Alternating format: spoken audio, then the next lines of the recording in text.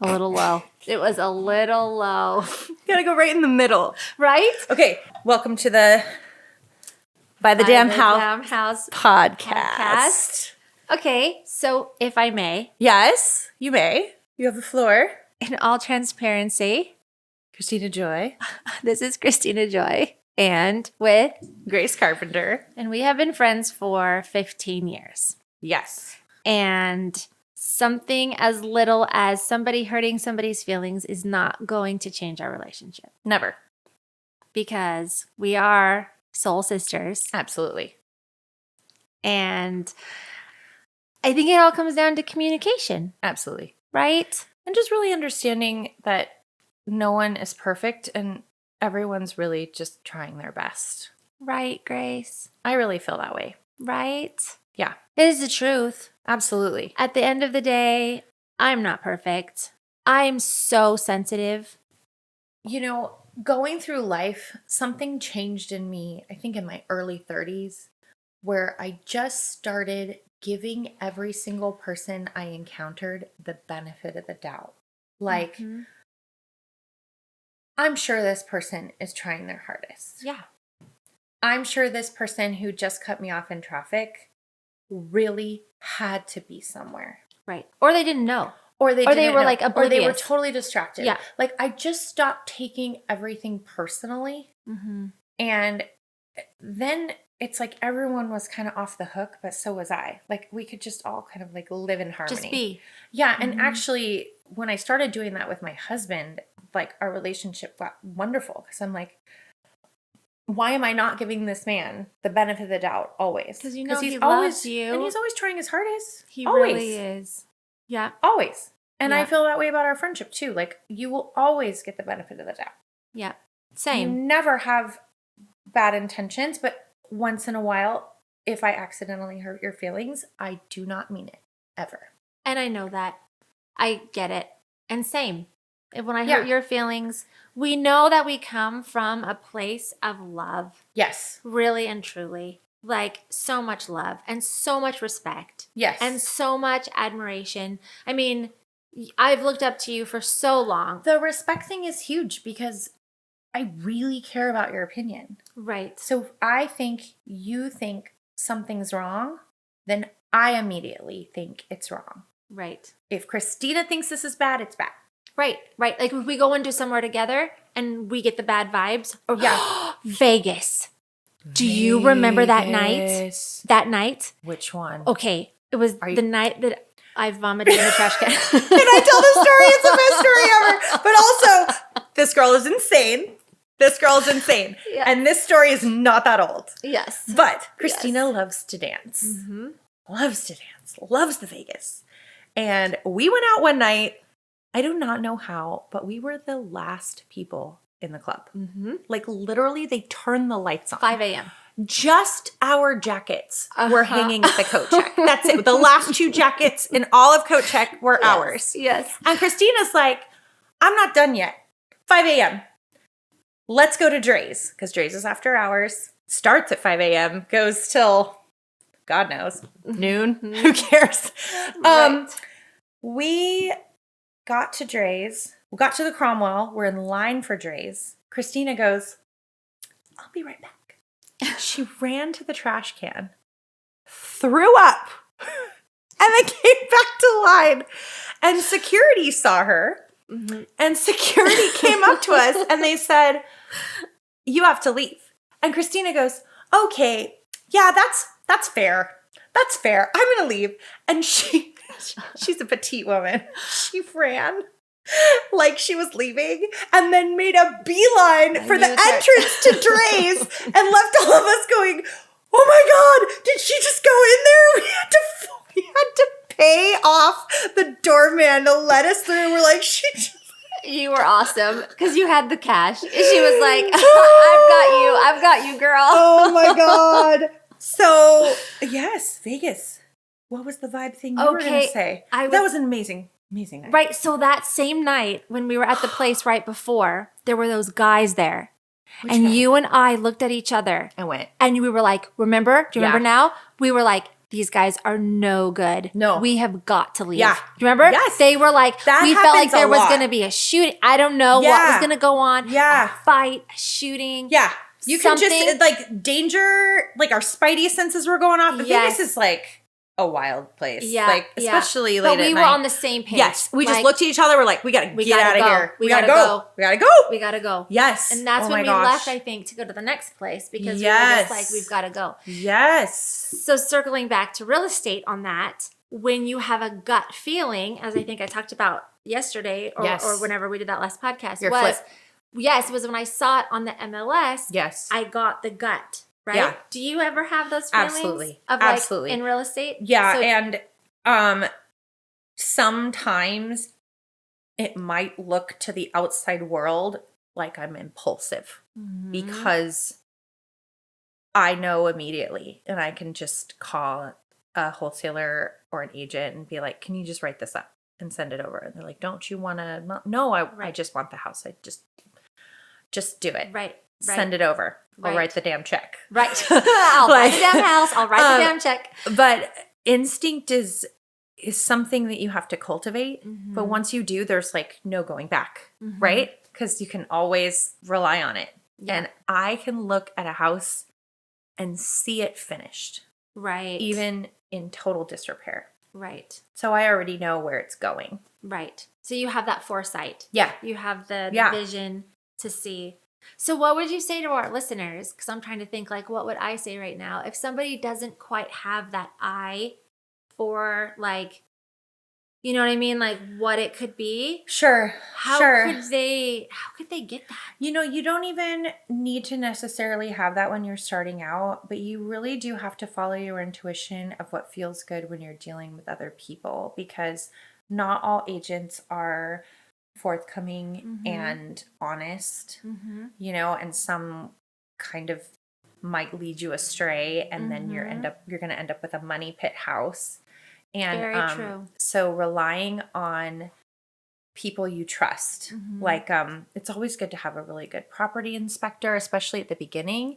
And if you're walking through a house with a property inspector and he says, you know, this house is pretty solid, that can be your nice little green check mark to continue going if that's the path you're Right. going down. I don't know how you teach intuition. Right. How do you, yeah, I don't right? know. Exactly. I but really don't know. I think that's great advice though. Like it's intuition as the people that you get involved with Oh, yeah. in real estate. Yeah. Like I think we all pretty much most people, right, have a good intuition of like, this guy just doesn't feel good. Or like this, I just don't think I should go down that street at this time. You know, like you know, and I think we overanalyze it sometimes. Even on the phone. Even on the phone. If you call an 100%. agent and they're not the Yeah. nicest and you're like, this doesn't feel right, don't buy that house. Don't do it. Don't do it. That takes me to, in my buyer's workbook, I have one of the top 7 things is don't be afraid to walk away. Yes. That is a huge deal, right? Yeah. Because some things just don't work out. No. Like, and and it's never okay. be afraid to walk away at the expense of like letting down your realtor. Right. Like when I was 100%. actively practicing as an agent, if I showed a house to my buyers and they were like, you know, we just don't love it, I'd be like, great, no problem.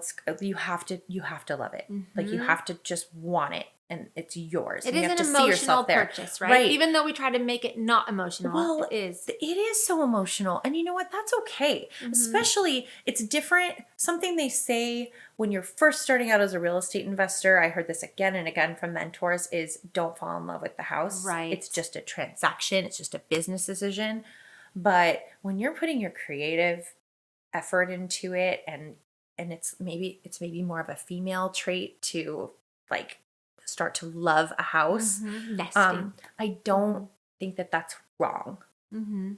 I don't. So you're saying it's okay I do. to I think be it's a okay. little emotional. But it's also okay to walk away. It's Right. actually okay to be like, you know what? I woke up this morning and I was all gung-ho on this house yesterday and I know we made an offer, but I want to rescind my offer. I decided I do Right. not want this house. Right. So you have to just keep in check. Checking in with yourself. Checking in with Yeah. yourself. And don't ever What- feel under an obligation to Right. like, don't ever feel pressured by your realtor or your wholesaler Or to your keep spouse, or anybody, right? Or to anybody. keep the deal together if it doesn't feel right to you. Yep.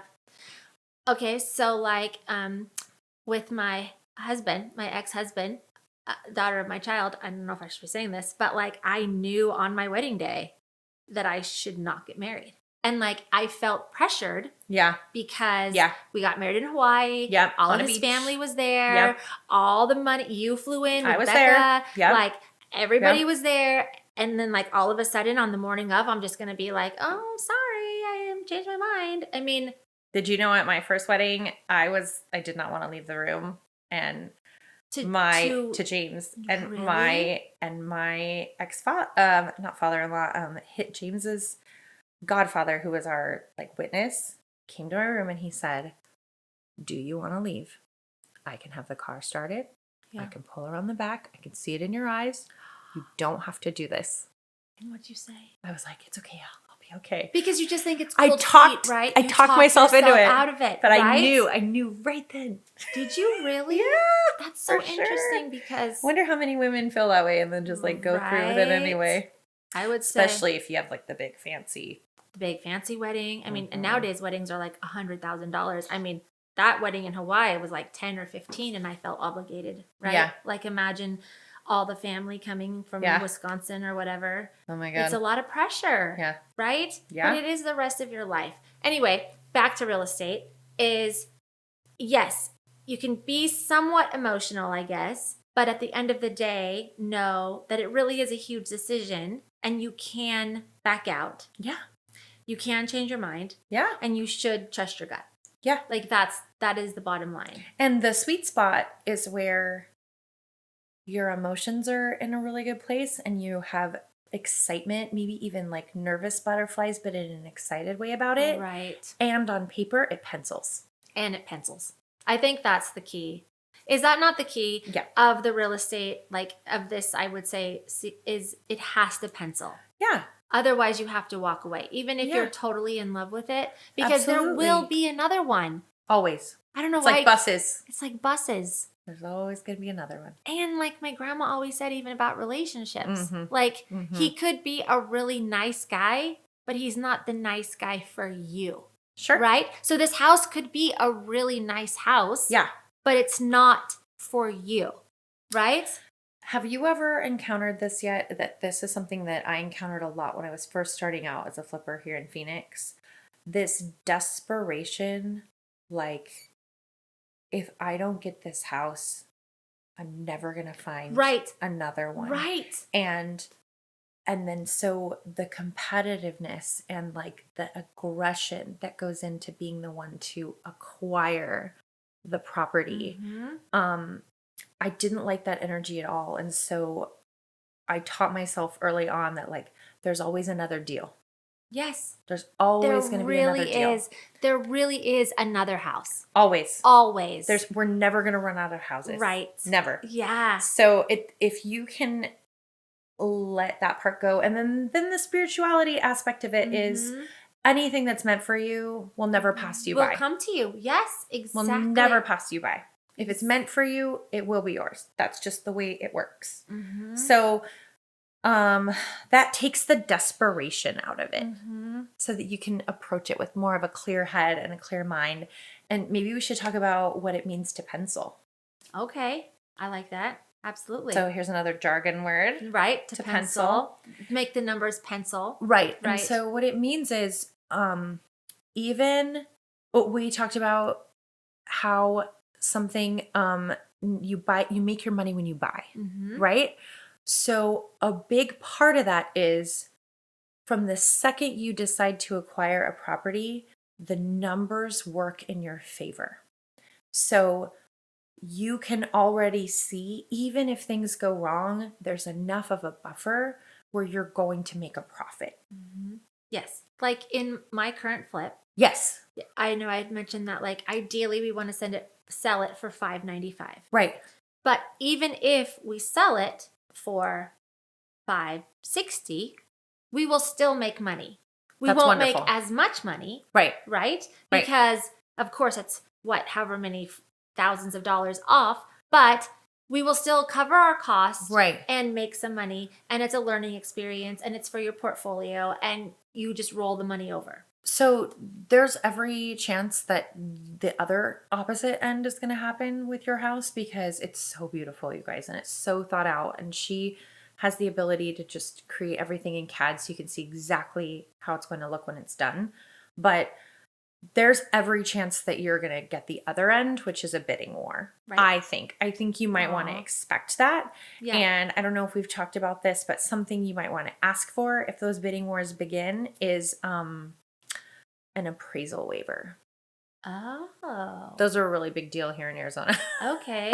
I don't even know what that is. Yeah, so I'll tell you because it's a buzzword, but it's a Okay. nice buzzword. I like it. An appraisal waiver means the buyers agree to buy the house for this higher price, even if it appraises for less. So all through 2021, that happened. I'm sure. Absolutely. Like even all over the half of 2022. right. Even.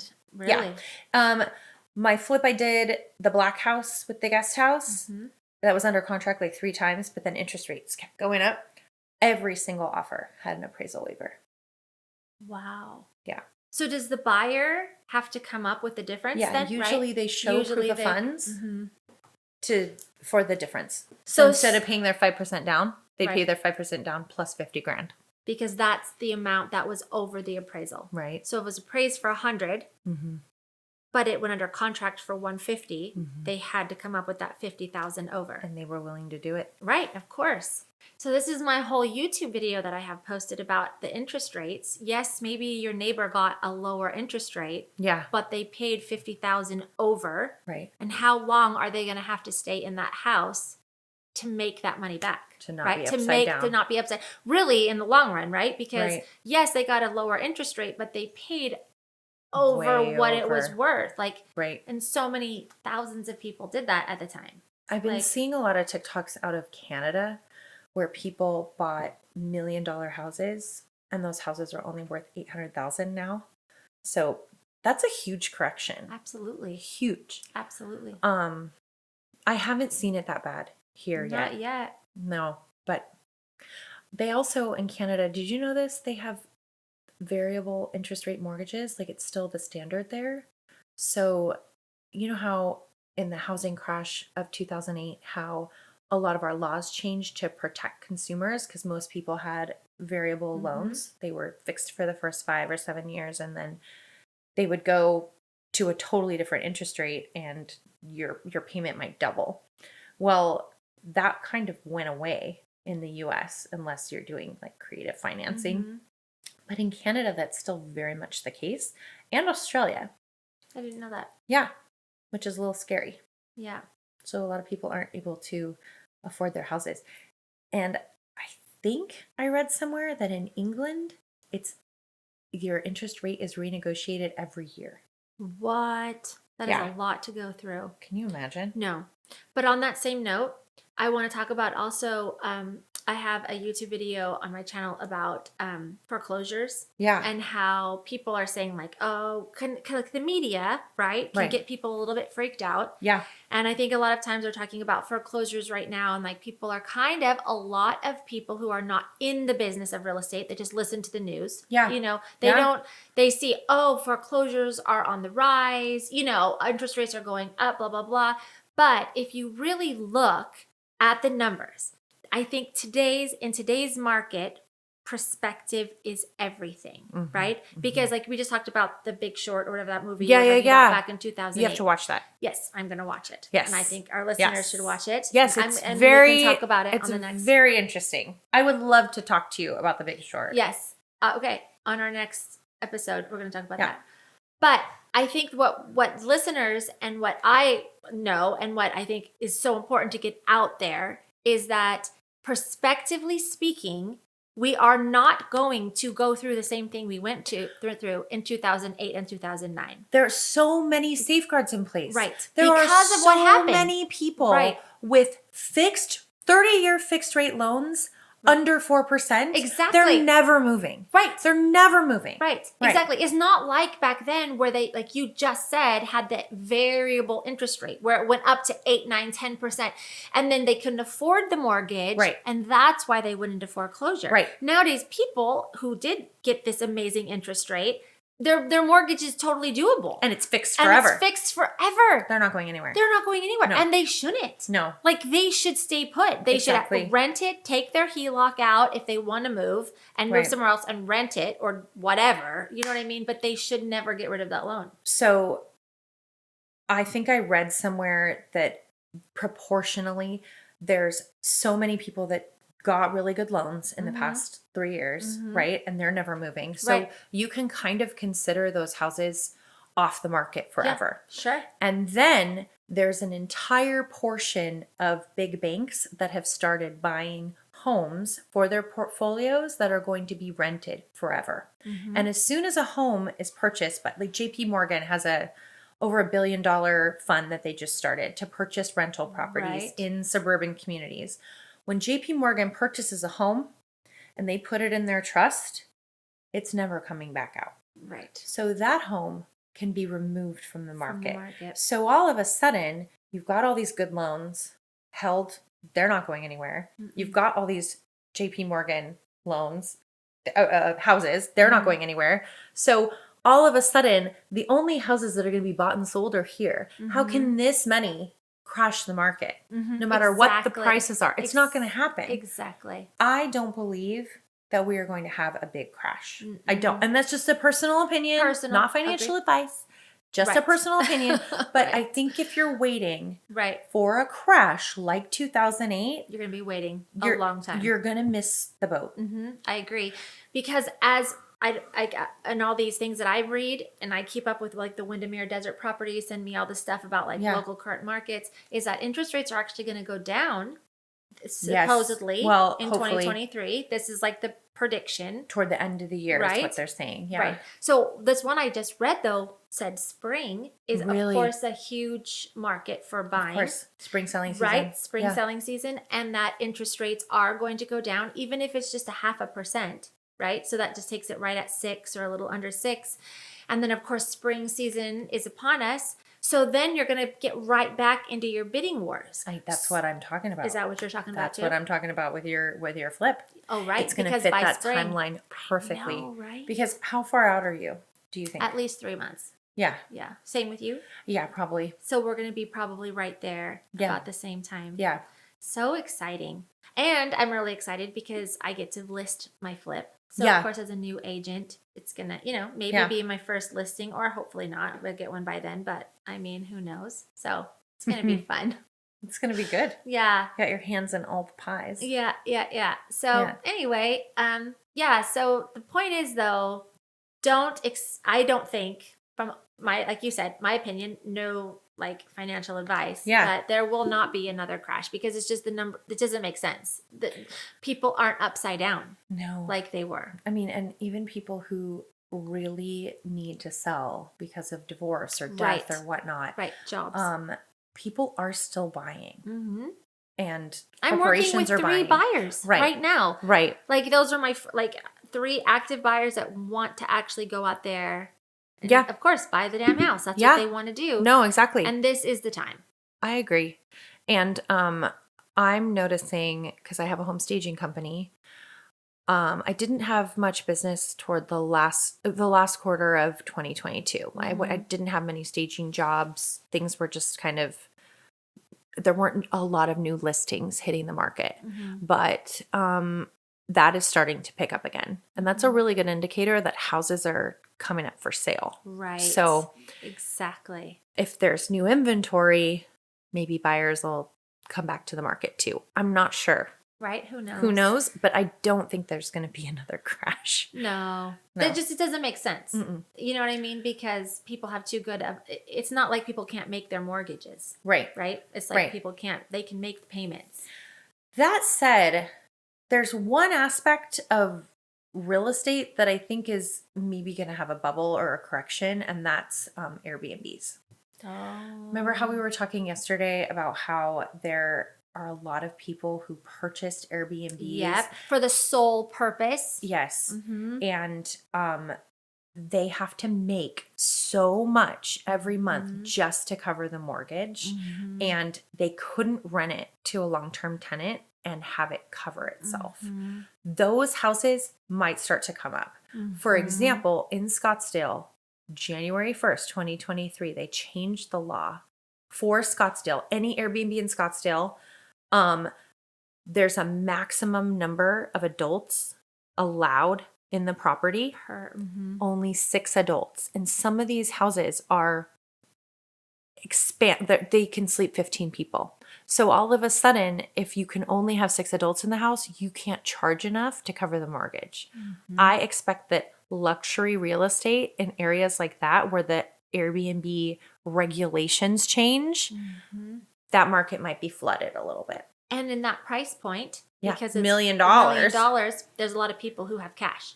Yeah. So they can come in there, Mhm. make kind of a low ball offer, Yeah. low ball, quote unquote, Swoop in, and then take that right up. Yep. Yeah, I agree 100% Yeah. because like a lot of counties are putting a kibosh on the Airbnb. Yeah. And they, like you said, yes, like on the last podcast, is that they don't have the 3 exit strategies. Right. Right. They only had all their one. eggs in one basket. Yeah. And that's really scary. You never want to buy something where you're vulnerable to losing the property and quickly if local laws change. You're dependent on regulations, and that's a little scary to me. Totally anyway, agree. so I'm watching that market. But so far, I haven't seen a lot of new listings. Right. And we're today's the last day of January. It took effect January 1, and I still I don't know what they're doing. I think they're doing workarounds. I think from what I've been hearing and what some of my colleagues have been doing are the medium-term rentals. Oh. The traveling nurses. Yeah. The snowbirds, like where I live in the desert. Yeah. Have like here too. And here too, in Arizona, of course. Like the 30 days or more. Yeah. It's like medium, right? The medium rental area is where they're kind of moving to. You can't make as much, but maybe it's enough to hold them over. Yeah. For what they need. Until the market comes back and they can sell it on the first day for over asking. Exactly. Yeah. Possible. The name of the game right now for those is to hold on. If they can, right? Get the medium not rentals to foreclose. in there. Like, figure it out. Right. Hold on. Yeah. Even if they have to take a loss. Yeah. $300-$400 a month. Yeah. Of some sort. Yeah. But see, this is why your exit strategy is so important. Yes. When you go to buy that first house, because a lot of people who are making that first move, they don't have that $500-$600 a month to float it. Yeah. Right? That's a huge chunk of change out of someone's monthly income. And you kind of have to. You have to have a buffer. You have to have the buffer. Absolutely. And this is where the penciling, right? Comes the in. numbers pencil. Right. Because you have to drill down. Right. And sometimes it's not pleasant. No. You know what I mean? Like, I don't sometimes like it. So it's really interesting with Airbnbs because they're considered sexy investments, right? They're usually properties that you're really proud of. They're beautiful. They're in really good areas.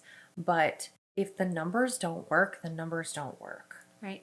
And that's the bottom line. Yeah.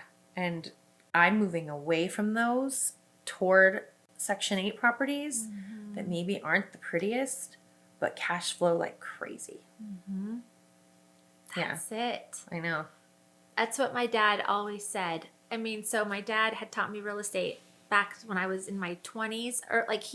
My dad did a seller finance on our house when I was 17 in Poway, California. Wow. Yeah, and I remember him talking about it. Like, I remember him saying, like, yeah, we don't have to come, because I remember hearing him talk with my mom, like, we're not going to have to come with any money down. So, yeah, he did seller financing back then. He was always into really creative financing, and I think he always put those, like, you know what I mean? It was always in the back of my head that there's creative financing, which is pretty special. But that's just kind of what you have to just be aware. Yeah. Right? Absolutely. Yeah. Yeah. And this is where learning from other people's mistakes is a really smart thing. Like watching The Big Short. Right. Just don't take out variable interest rate loans on houses you can't afford. You can't afford. right? Because there's End of this the one day. scene in The Big Short where I told you bankers on Wall Street go down to Florida and start interviewing people, and they basically see What's happening? they see the canary in the well. They see a big problem brewing that they weren't necessarily able to see from Wall Street, right? And they interview this stripper, and she says, "Oh, if interest rates go up, I'm screwed." And they're like, "What do you mean? Do you have a bad loan? Do you have a variable interest rate loan?" And she said, "I have 7 or something." And there was one other aspect during the bust that we don't really talk about, and that's how people were able to qualify for loans they couldn't afford. Yes. Stated income loans. So you could Yes. just make up a number and say, I make $800,000 a year, and that was never verified for these loans. Like, you didn't have to prove it. There was no W-2s, there was no bank account, the bank statements, nothing. So the stripper that had the 7 properties lost them all. Anyway, I think She you'd couldn't appreciate the afford. movie. Yeah. Yes, of course. It was No, crazy. I totally get it. Because I was honestly in a relationship at that time, and we had no money. I'm not going to lie. We had no money, and we were living in Denver, Colorado, and we almost, because we were at the very tail end of that whole situation, we almost got approved for a home for 5 something or 6 something. We didn't make enough money to afford that house. There is no way we could afford that house. But we were living in the house, rent-free, because, I mean, it was the most crazy thing. I can't even remember the details, but like, and then it all the shit hit the fan. Yeah. And then they were like, you've got to get out. Like, you don't qualify. And we're like, wait a minute, we were supposed to close in like 2 weeks. But it was like right at the end of it, and they were like, nope, it's over. Like, you're out. And I just, and me and Sam were like, oh my God, what the fuck? Like, what do we do? So we moved back to San Diego. But I did not know you lived in Colorado. yes. That is crazy. Yes, I did. Hold on. I know, right? So that was before Virgin. Yes. Yes. Yes. So I was married to Sam at the time, and when I first got hired with Virgin. Yeah. And I got hired in May of 2008. We got hired in May of 2008. Yes. I was married to him at the time. Yes. And then Cinco de Mayo. Cinco de Mayo. That was our anniversary date. Yes. Mm-hmm. And then in November, he was going through barber school, and I was working 2 jobs. I was a hairstylist, and I was flight attendant. And then I came home one day, and he had his basketball stuff on, and I was like, "What are you doing?" And he's like, "Oh, I dropped out of barber school. I'm just playing b-ball for a while." I'm like, "Oh, really? Interesting." And then he cashed our rent check. Oh, I remember that. And then he bought some basketball shoes with our rent check, and then that's when I left him. So anyway, that was that 8-month relationship. Anyway, I remember yes. you telling me that you left the rent check. You're like, okay, I'm going to work. I'm going to go fly. Here's the rent check. Please just send it in the mail. Yeah. Put it in an envelope. Put it in the mail. And send it in the mail. And he cashed it. Mm-hmm. And bought some kicks. I was like, I needed new kicks, babe. No. Yeah. Oh my God. Yeah. That was that. Anyway, before we got married, we had lived in Colorado for a year together. We started a business out there. But anyway, that was my Denver situation. But we almost bought the house and we didn't get it, and it was all for a reason, because we would have lost it anyway. Yeah. But that's how willy-nilly they were giving out loans. Like, it was like basically like we just claimed we made a certain amount, a number, and that was it. Unbelievable, right? Honestly, and it didn't come back for, I wouldn't say it really started to come back till like 2016. So we're talking 9 years. Yeah. 2008, probably. 2009, all the way to 2016. To where it really was stable again. Yeah, so 7 years. Yeah. No, a long time. Long time. But I don't think that's going to happen this time. Not Even at all. if there's like baby corrections in markets. I saw some sensationalist thing on TikTok the other day talking about how the 4 areas of the country that are going to crash are San Diego, Austin, Phoenix, and North Carolina. There is no way. if you got a good loan in San Diego, you're not going Yeah. anywhere. No. If you got a good loan in Phoenix, I don't see anybody moving out of Phoenix. I see people moving in. Mm-hmm. I don't see anybody leaving. Yep. So, Agreed. I don't know what that is. Well, don't Yeah. you think sometimes the media, I don't know if Oh, we're on the same page about yeah. this, they just like to start. And the fear-mongering. The And, like, it doesn't make fear-mongering. any sense. Mm-hmm. Yeah. It's just the fear. It's just, right? Because in all of our spiritual journeys, I have always learned that you can make decisions. You usually make decisions based on two things: fear or love. Yeah. That's it. Because if you think about it, like even who you get with, what house you buy, what career you want, what decisions you make, it's because he's the best I'm going to get. Or this is the best house on the market. I can't let it go. Right. Like if I don't get this house, I'm not going to get any other house. What if I'm homeless? What if I'm homeless? Yeah. Like all these things, right? Like Right. it's fear. Yeah. But if you make decisions out of love, you're going to make the better decision. Well, like the other part of love is surrender. Right? And surrendering to what is. Mm-hmm. And like you said the other day too, what is meant for you will come to you. Yes. Right? Will always Will find you. always find you. You're never going to have it pass you by. Right. So that can be in real estate. Right. And that's the trust is like, okay, I didn't get this house, but I'll get another one's coming. Right. A better one's coming. Even as a flipper. Yes. You think as a wholesaler, like you get these deals offered to you and Right. then all of a sudden you don't get it because Right. maybe somebody else got it sooner. Or you're like, oh my God, that was the best deal. I was going to make so know. much money on that house and it's gone. But it happened to me last week. You want to know? Yeah, it's like, I do. I'm still thinking about it. It's okay. Really? It's not the one that got away, but I'm a little upset. Right. So right outside of Tucson, I was offered a 12-plex for $120,000. And it penciled. I'll just say it penned. Okay, It penned. penned. Like it was like legit. It was amazing. Yeah. And I called my contractor and I said, "Hey, I'm going to send you the address. I got offered this 12-plex right outside of Tucson. I'm in Phoenix, so that's a 2-hour drive away. Any interest?" And he said, "Actually, I've got a whole crew going in Tucson at the same time right now. Absolutely, I can do it. When do you want to walk it?" And I called the wholesaler back and he said, "Sorry, it's sold." So I had to make a decision within like 5 minutes. And I needed to talk to my contractor. So I'm okay with that. I let it go because my process for me is calling my contractor. Right. Can you do this? Right. Is this within your scope? Because if he would have said no, I would have been screwed. Your I would have answer been would have been different. well, and I Right. would have had to go find a Right. crew that I don't know and driven down there all the time. And what if it was Right. there's always a way in real estate, but I needed that yes from him. The second I had it, I was too late. It was a really juicy deal.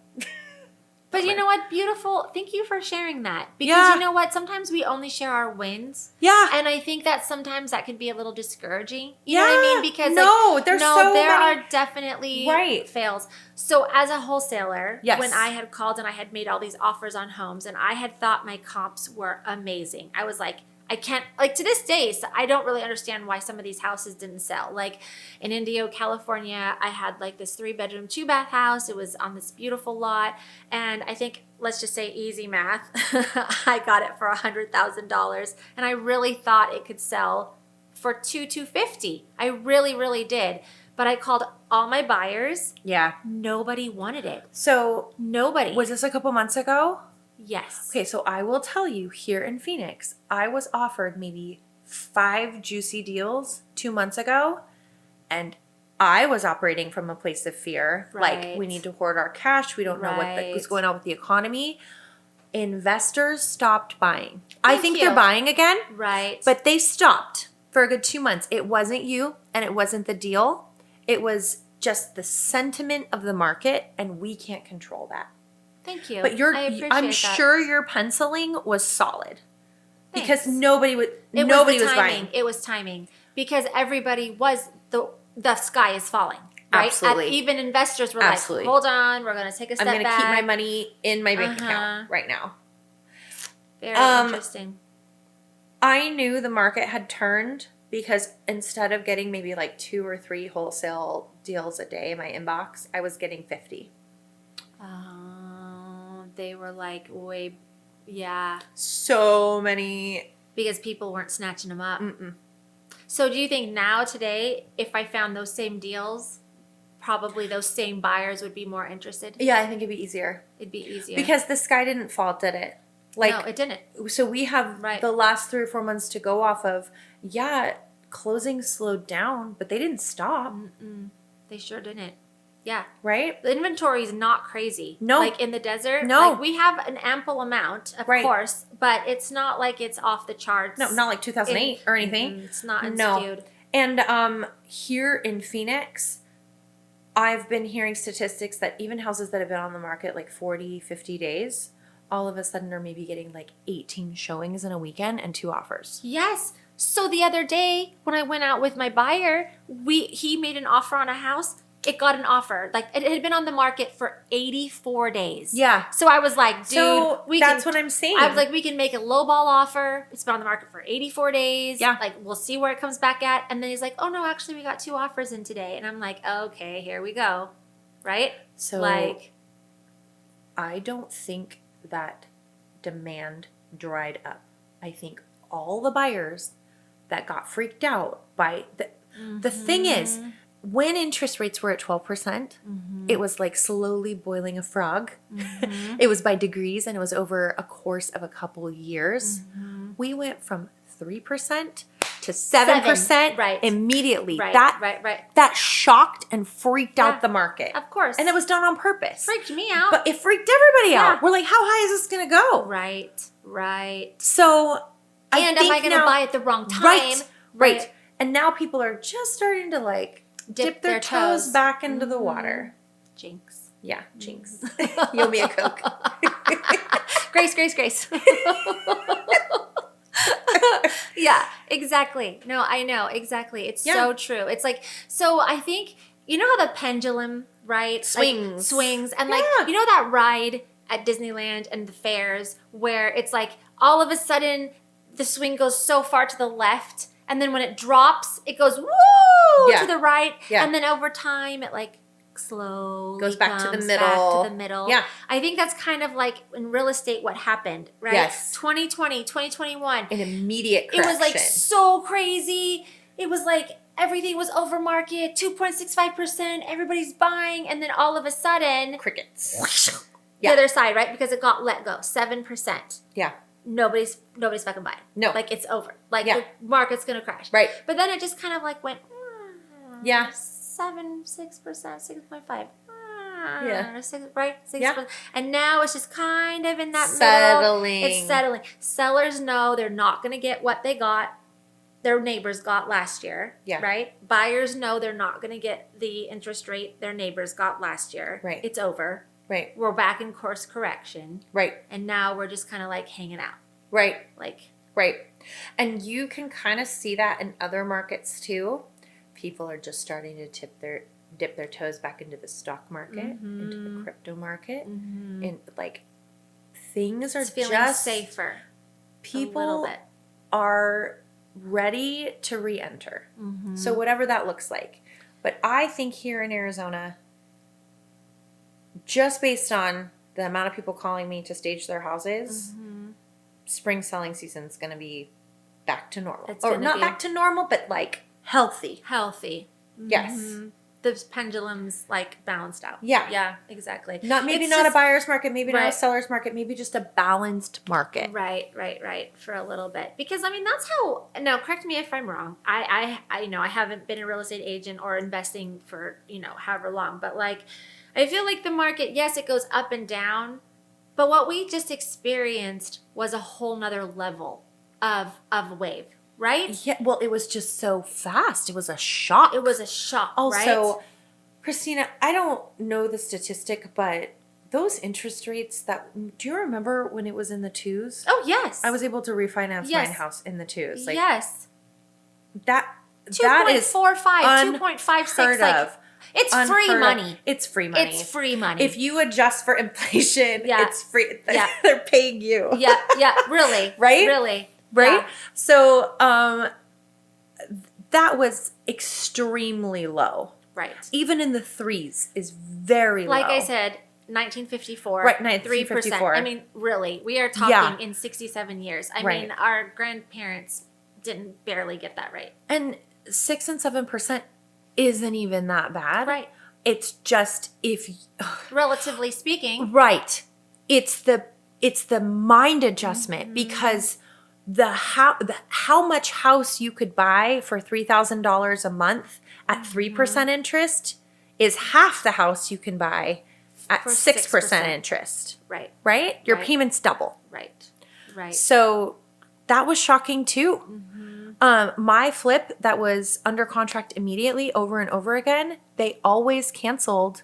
And I think it's because they got their loan documents, like their, what's it called? Like the LSU, showing how much their monthly payments would be. And because interest rates kept shooting up and lenders don't lock rates until you actually write an offer on a house and it's accepted, they think it's going to be this price. And then the interest rate dropped up this much. A whole 2% or And 1.5%. the payments went way up and they canceled. It happened twice. So then I was like, you know what? I'm just going to rent this house. Right. Right. You're not going to go through that again. No. So when you said before that you wanted to talk about lenders. Yeah. And like get into like what they do. So I'm going to let you take the lead on that because.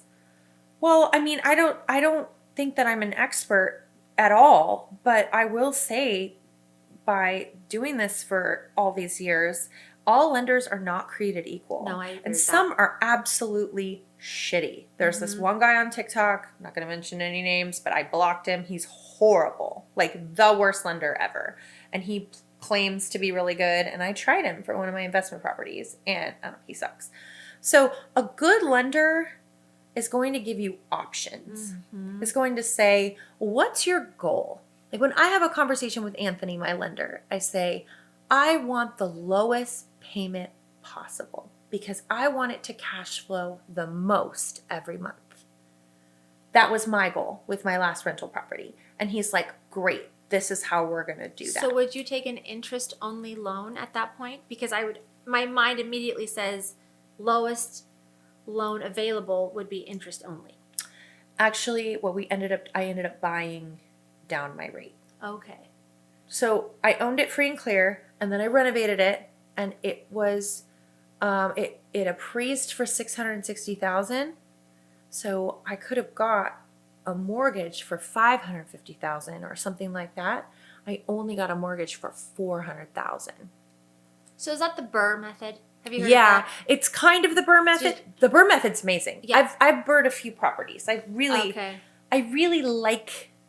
We should probably explain what burring is. Absolutely. So Burr is basically BRRR. Buy, renovate, rent, refinance, repeat. So you buy a property, you usually pay cash if you can. Hard money lender. Hard money lender. Yeah. Yeah. And then you don't have to have the cash. Is No. what that means. Like you can get the cash. Any private money is treated like cash. Right. In the eyes of a bank. So you buy a house for $100,000. We'll keep the same example, and you renovate it, and then all of a sudden it's worth $200,000. You can, let's say you spent $50,000 fixing it. So you bought the property for $100,000, spent $50,000 fixing it up, but it's worth $200,000. You could take a loan, a mortgage against your property for $150,000, which would pay you back for all the renovations and pay back your hard money lender. And so you'd have $0 invested in the property. You get all your money back, but you'd have a free property. And you're making the rental income. Yes. Yes, exactly. And you have the equity going up every year. Yeah, it's a brilliant plan. Yeah. Like I'm excited to do. I think my next. So what you had taught me from a long, long time ago was, like I think I had mentioned, flip, hold. Yes. So you do 2 flips, you take all your money like a little chipmunk, and you put it in the next one, and then you take that little money like a chipmunk, and then the next property you hold it. Yes. And I think the next holding property, because what I want to talk about really quickly is that the reason why you need to pay cash for a lot of these houses at first is because, like we had mentioned, mortgage companies, traditional loans, conventional loans, won't give loans on houses that are missing a roof. That's right. Completely dilapidated. That's right. Like their inspector is going to come in and be like, oh no, we're not going to invest our money in this. So that's why you need the hard money lender, the private money lender That's right. first, because you're not going to get it conventionally. Right. So you get your hard money loan, and then of course you have your own money, or you get another loan for the rehab. Yeah. And then you go in there, and then you put the new roof on. You rebuild the fire damage. You whatever. You redo the kitchen. Right. Then the bank comes in and says, "Oh, why, Miss Sampo, a carpenter, this is a very beautiful house. I would like to loan you $200,000 Right. on this house." Right. Right. So that's like the basis of why you kind of need. And if you're going to make offers on homes on the MLS, like I did as a wholesaler, or off the market as you did, you're going to need to make that cash too, because a lot of the foreclosures, the pre-foreclosures, they don't have time to go through a 30-day process of a conventional. You need the fast close. It's usually distressed sellers. Distressed. For one reason or another. Right. They want the house off their books as quickly as possible. Right. Which is why you need the cash. Right. And the hard money. Right. And then that goes back to going to the RIAs, right? Going and finding your hard money lenders. Yes. Because at the end of the day, all of this starts with cash. Oh, yeah. Cash is king. Cash is And king. at the end of the day, like your post on TikTok with the dude with the cash in his pocket. Oh, yeah. Right? It's a funny TikTok. You should watch hilarious. it. Yeah, her TikTok's great, actually. It's super fun. Yeah.